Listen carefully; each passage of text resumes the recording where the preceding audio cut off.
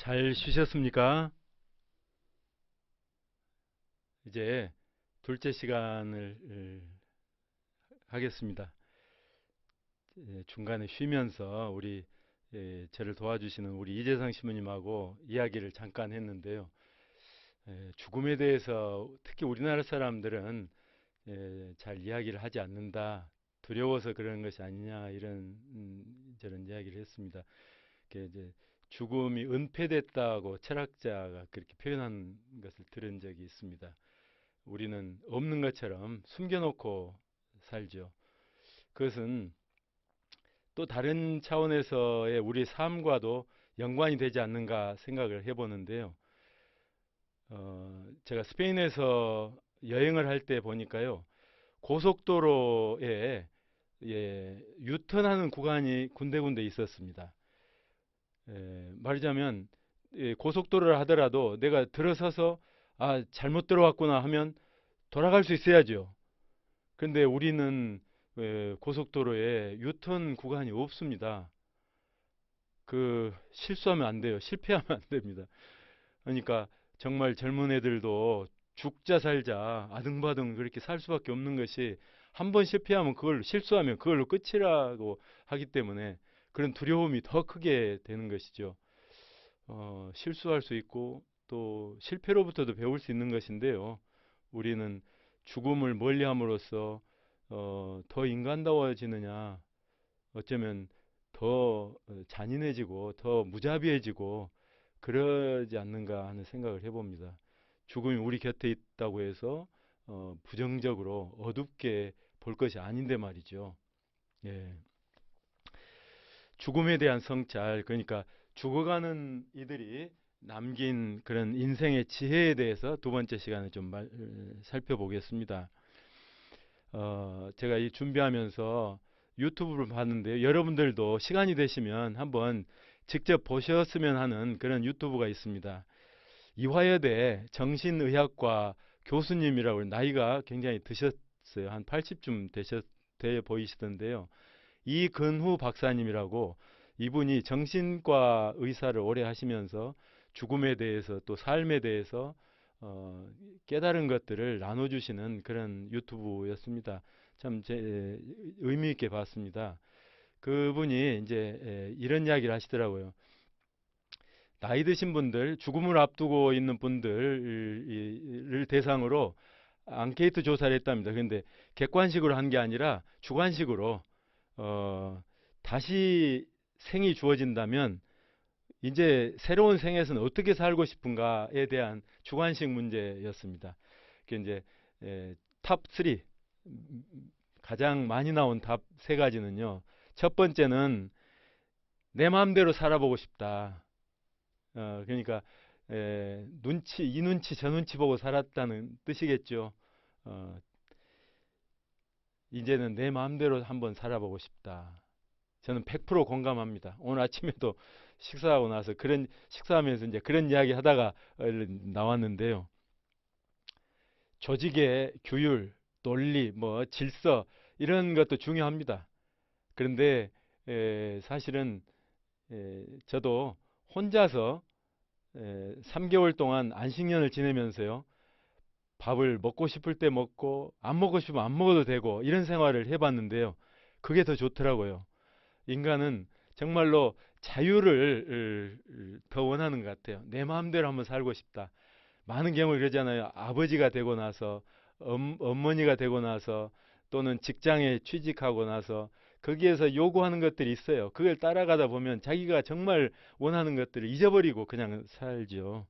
첫 번째, 그래서 내 마음대로 살고 싶다. 두 번째는 풀고 살겠다. 뭐 맺힌 것이 있다 이거죠. 예, 이따가 좀 이야기하겠습니다. 세 번째는 나누며 살고 싶다. 예, 이게 뭐 사실 아까 정주영 또 이건희 두 분 이야기도 했지만 그러잖아요. 아무리 여기서 쌓아놓고 있어도 버는 사람 따로 있고 쓰는 사람 따로 있고 그런다고 하는데요. 에, 나누며 살고 싶다고 하는 게 세 번째입니다. 내 마음대로 살고 싶다. 풀고 살겠다. 나누며 살겠다. 저도 두 번째 시간 이야기하는 것이 크게 다르지는 않습니다. 그런데 제가 하는 것은 모리와 함께한 화요일이라는 책이 있습니다.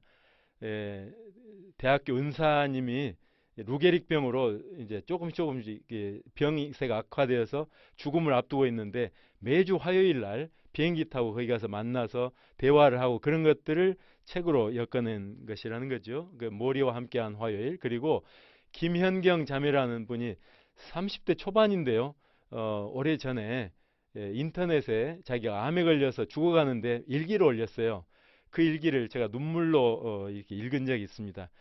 그때 하는 것들 또 우리 아까 예수님에 대해서 잠깐 말씀드린 내 영혼을 아버지께 손에 맡기나이다 하는 그런 태도 또 예루살렘 아닌 곳에서 예언자가 죽을 수 없지 않느냐 하면서 당신의 끝이 어떤 줄 알면서도 뚜벅뚜벅 그 길을 가신 우리 예수님 주로 이 세 분의 이야기 또 삶의 지혜들을 좀 나눠보려고 그럽니다.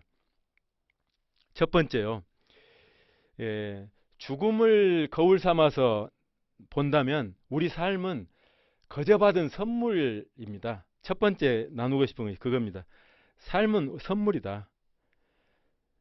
죽음은 인간이 삶의 끝을 직감하고 인간이 누구인가를 정말로 있는 그대로 거짓없이 바라보게 해줍니다. 그래서 내가 어떤 사람인지 또 사는 것의 의미가 뭔지를 그냥 있는 그대로 딱 깨닫게 해줍니다. 직관적으로. 그렇기 때문에 죽음이라는 이 한계 상황은 어떻게 보면 인간의 실존, 지금 살고 있는 이 모습을 비춰주는 거울이 되기도 합니다. 또 삶을 완성으로 이끌어 주기도 하죠. 죽음을 생각하지 않는다고 더 아름다운 생이 되는 것도 아니지 않습니까? 그래서 생을 하느님의 선물로 이해하게 해줍니다. 저희 아버지 이야기입니다. 6.25 때 돌아가실 뻔했대요.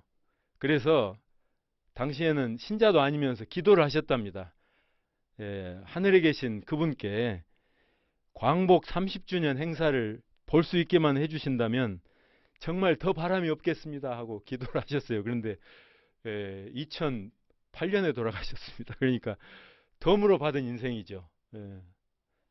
여러분도 그런 체험을 하셨을 수 있습니다. 저도 있습니다. 지금 덤으로 살고 있습니다. 또 남편이 돌아가신 한 자매님 이야기도 비슷합니다.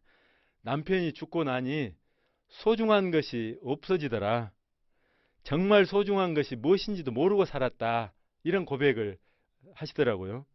또 다른 자매님 역시 비슷하게요. 살아있을 땐 남편을 이해하지를 못했는데 돌아가시고 나니까 남한테 그렇게 퍼주기만 한 그것이 얼마나 존경할 만한 삶의 태도인지를 이해하게 됐다. 그리고 존경스럽다. 이렇게 말씀을 하시더라고요. 죽음은 우리 삶의 거울입니다. 이 거울을 통해서 삶을 보니까 삶은 다 선물이더라. 선물이다 하는 이야기부터 첫 번째 드리고 싶었습니다. 두 번째는 아까 풀고 살고 싶다 했는데요. 자신을 용서하라는 겁니다. 죽기 전에 자신을 용서하라. 그리고 다른 사람도 용서하라. 여기 있죠. 자신과 화해하는 것이 필요합니다. 또 주위 사람들과 관계 맺는 것도 사실은 자기를 어떻게 대하는가 하고 비슷할 것 같습니다.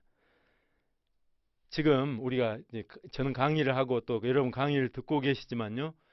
잠시 눈을 감고 내가 지금 죽는다고 한번 생각을 해보면 어떨까 싶습니다. 어떤 느낌이 드는지요. 한번 해보실까요? 한 1분만 해보실까요?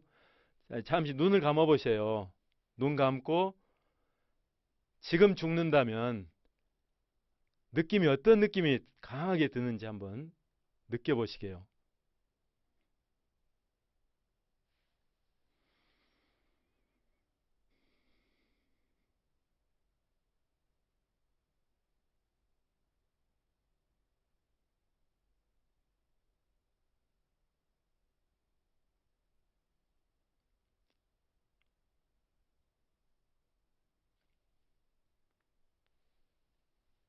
예, 눈 뜨십시오.